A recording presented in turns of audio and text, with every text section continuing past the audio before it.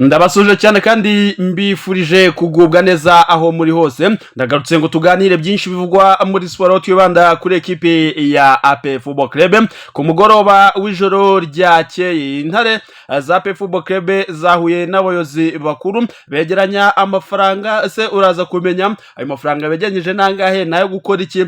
Byinshi byavugiwe muri uyu musangiro uraza kumenyera hano kuko n'umuyobozi w'icyubahiro APR General Mubaraka Muganga yarahabaye nawe hari icyo yaje kuba atangaza kijyanye n'inkera y'abahizi n'uguhiga buri munsi. Turaza kumenya uko baraye bahize. Ikipe ya Power Dyanmos izafungura inkera y'abahizi nayo yamaze kuba igera mu Rwanda. Turaza kuganira kuri gahunda zose ziri muri APR, gahunda y'imyitozo, coach Abdulrahim Mutaribu n'abakinnyi bashya bimeze bite, turaza nabo kubagarukaho muri rusange.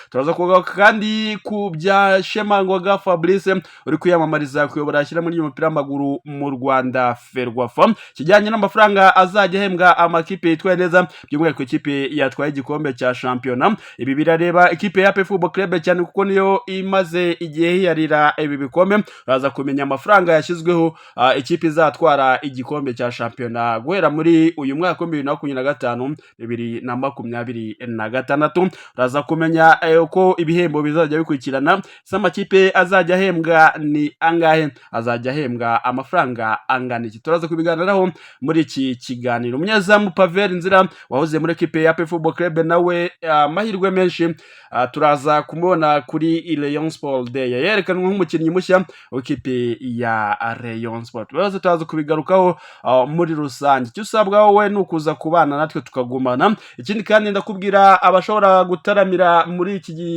inkera y'abahizi, abahanzi bashobora kuzasusurutsa abakunzi ba peri bazitabira iyi mikino. Ndongera kuyutsa kandi gahunda uko ipanze y'inkera y'abahizi, imikino APR ifite muri iki cyumweru cy'inkera y'abahizi. Wowe gumana natwe. Se Sheri Silva aje kubakana ibyo kuzatarama we bimeze bite, byose turaza kuba tubiganiraho. Wowe bana natwe tugumane mpaka ikiganiro kigeze ku musozo. N'ibindi tutavugiye muri izi ncamake uraza kuba ubyumva muri iki kiganiro. Ikaze rero aho muherereye hose hatandukanye, waba uri mu Rwanda waba uri hanze y'u Rwanda. Gusa ndakwibutsa ko niba ari ubwa mbere ugeze hano, ndakubwira ngo kanda ku ijambo subscribe kugira ngo uko tumanuye amakuru nawe ujye uyabona mu ba mbere. Ikindi kandi ndakubwira ngo kanda kuri like ugira ngo utwereke ko uhari. Bonere umukunzi wa APR muri commentaire durire umano dutima twishi k'umukara n'umweru, tubwe nuko muzitwara. Tangira nawe uhige muri commentaire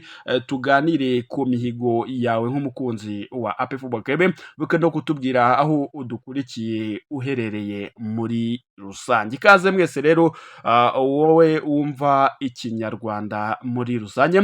Duhere mu nkera y'abahizi. Inkera y'abahizi ngo ubimeze bite? Inkera y'abahizi ni icyumweru ikipe ya AP Football Club yaje kubiteguramo imikino itandukanye. Ni imikino ya gishuti impuzamahanga ndetse n'indi y'amakipe hano mu Rwanda. Iki cyumweru kizatangira muri iyi weekend cyase mu zimera z'iki cyumweru ku munsi wo ku cyumweru tariki ya 17 nibwo muri stade Amahoro i Remera iki cyumweru kizaba gitangizwa. Ikipe ya AP Football Club izaba ikina na ikipe ya Power Dyanmos ku isaha y'isa 9 zuzuye, mu gihe ku munsi wo kuwa kabiri tariki 19 z'ukwezi kwa munani hateganyijwe imikino ibiri kuri uwo munsi.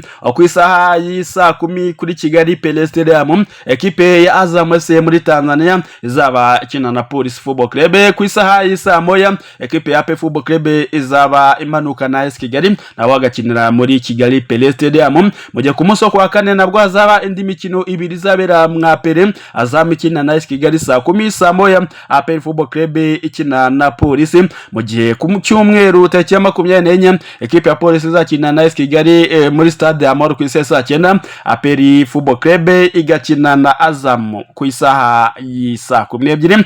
Iki cyumweru rero kizasozwa ekipe ya Azam ikina na Vipers yo muri Uganda ku isaha y'isa 12 bagakinira muri Kigali Pele Stadium. Icyo nicyo nankubwiye kuri icyo cyumweru cy'inyirabahizi imikino izaba ikinirwamo. Mbere ko twinjira mu ijoro ry'intare, aho itsinda ry'intare ryahuye n'ubuyobozi ubuyobozi bukuru bwa ekipe ya APR Football Club.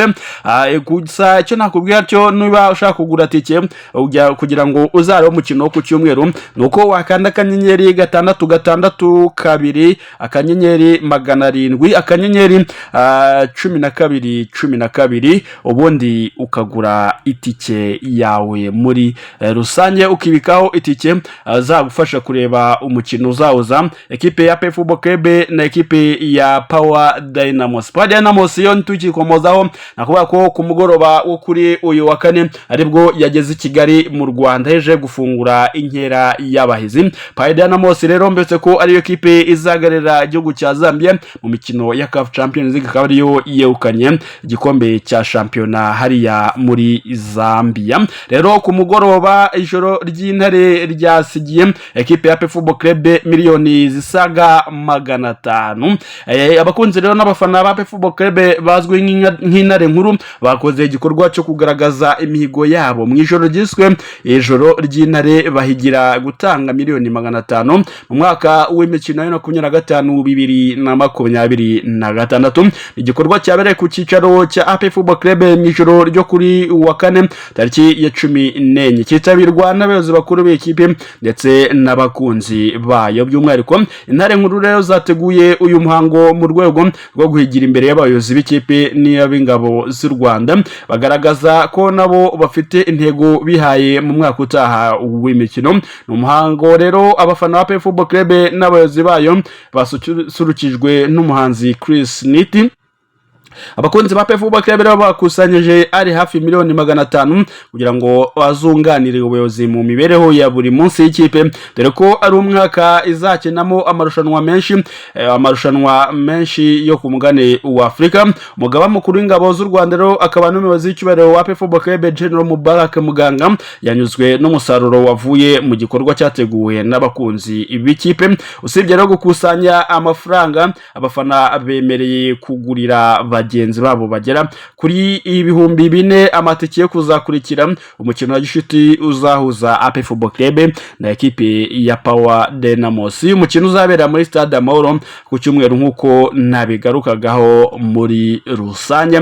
Ayo ni fan club yitwa Intare Nkuru, ikaba yahigiye gutanga miliyoni hafi 500 zizafasha ekipe ya APR Football Club mu mikino itandukanye izakina muri uyu mwaka w'imikino, ndetse kandi bemereye no kugura amatike abafana barenga 4,000 bazareba umukino ekipe ya APR Football Club izabikinamo na ekipe ya Power Dynamos ni ku munsi wo ku cyumweru. Nabundi muri APR ho imyitozo irakomeje. Umutoza Abdurrahim Taribu yasoje iminsi 40 yari yateguye yo kugira ngo akore kuri fizike y'abahungu be cyase abakinnyi ba APR ashaka imbaraga n'igihaha kuri abo basore. Iyo minsi rero yararangiye, ubu noneho bari kwitoza icyo bita ibintu bijyanye na tekinike cyane mu kibuga, uburyo batwara baro, uburyo iyo batakaje umupira bagomba guhita bihutira kuwambura. Ibyo byose nibyo bari kwiga, bari kwigishwa n'umutoza w'umunyamaroke Abdurrahim Taribu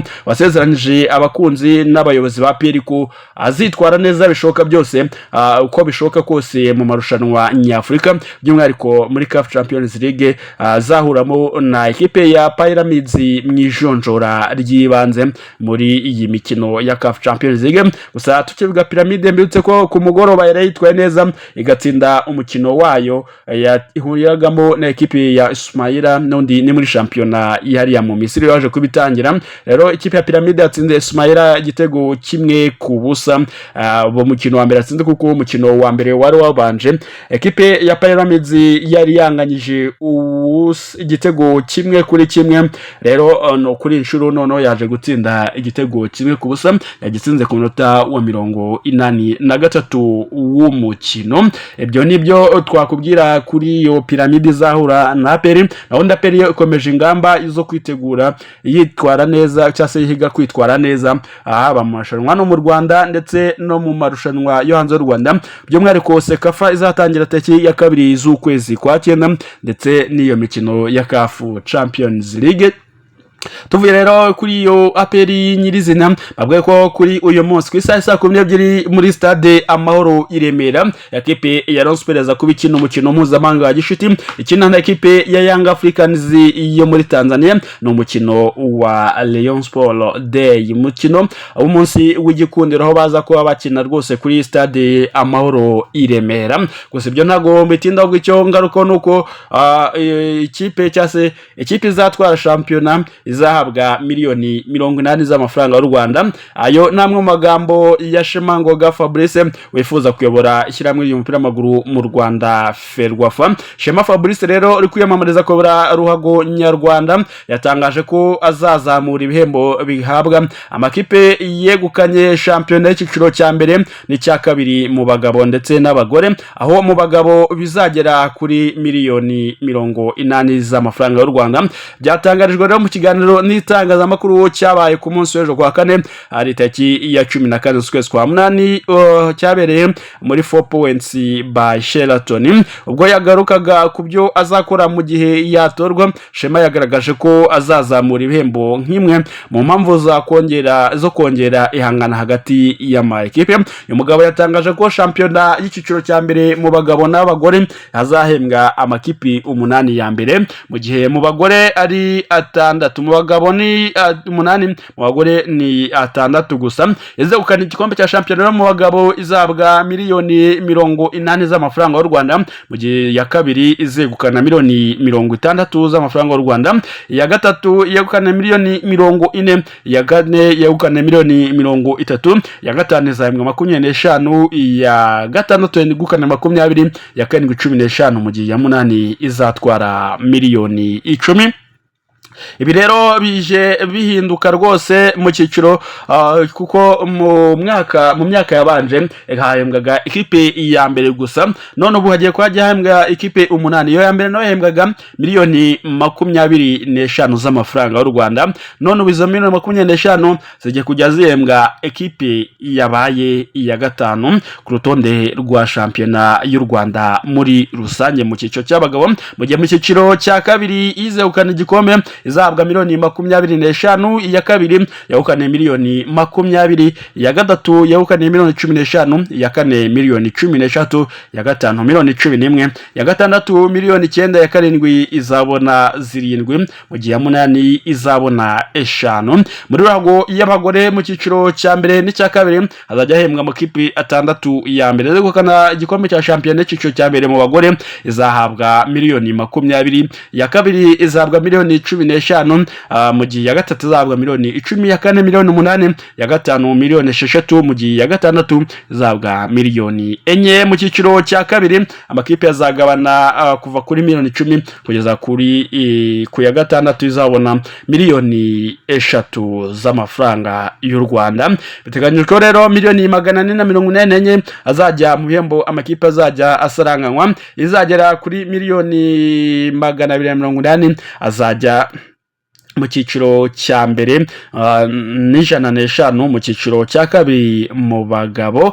Ubwo no kuba ko izigera kuri miliyoni 280 nizo zizakoreshwa mu cyiciro cya mbere, naho 105 zo zigakoreshwa mu cyiciro cya kabiri cy'abagabo. Ntabwo ari amakipe gusa kuko biteganijwe ko n'abakinnyi bahiza abandi bazajya bahembwa ahaba mu mikino ibanza ndetse n'igihe shampiyona zarangiye. Shemangoga Fabrice aheruka kwemezwa nk'umukandida rero kumbi ku mwanya wo kuyobora ishyirahamwe rya Rogo mu Rwanda Ferwafa mu matora ateganyijwe tariki ya 30 z'uku kwezi kwa munani. Tsinda bazakorana rigizwe na Mugisha Richard nka vice president wa mbere, wa kabiri akaba Maître Gasarabwe Claudina, komiseri ushinzwe imari ni Nshuti Thierry, ushinzwe amarushanwa n'Itanga Desire, komiseri ushinzwe umupira w'abagore ni Gicanda Nikita, ushinzwe amategeko ni Maître Ndengengoma Louise, komiseri ushinzwe ubuvuzi ni Lieutenant Colonel Mutsinzi Iberi, naho komiseri ushinzwe imisifurire ni Hakizimana Aruwe. Mu gihe rero iri tsinda riyobowe na Shemangoga Fabrice rya kwitwara neza cyase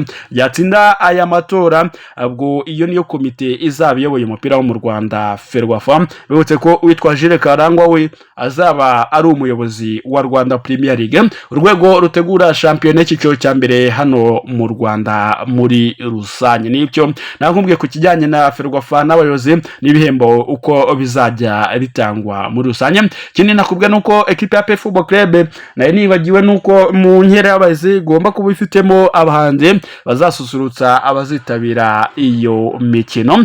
Ku ikubitiro rero ku munsi w'ejo ikipe ya PL yari yatangaje ko itsinda rya Sherry Silver Foundation rizasusurutsa abazitabira umukino wa Power Dynamos, ariko Sherry Silver aje kubavuga ko atiteguye kandi ibyo bintu ntabyo azi ko yahawe ako kazi. Avuga ko atazagaragara ku munsi wo ku cyumweru, avuga ko ubwo igihe azongera kugaragara ku bakunzi be ari ubwo azaba ari mu cyo yise Sherry Silver Granite. Rero ubwo kuba abakunzi ba PL bari bategereje cyase babonye ejo graphic ivuga ko Sherry Silver n'itsinda ry'abazababyinira ntabwo bigikunze, yaje kuba bihakanira kure. Ahubwo abandi bahanzi bashobora kuzagaragara muri inkera y'abahizi barimo Ariel Wezi, barimo kandi witwa Riderman Riderzo, bamwe mu bashobora kuzasusurutsa abazitabira inkera y'abahizi. Muri rusange imikino ekipe ya PF Football Club izaba ikina ya gishuti. Reka rero mbashimire kandi mbifurize kugira ibihe byiza aho muri hose, mukomeze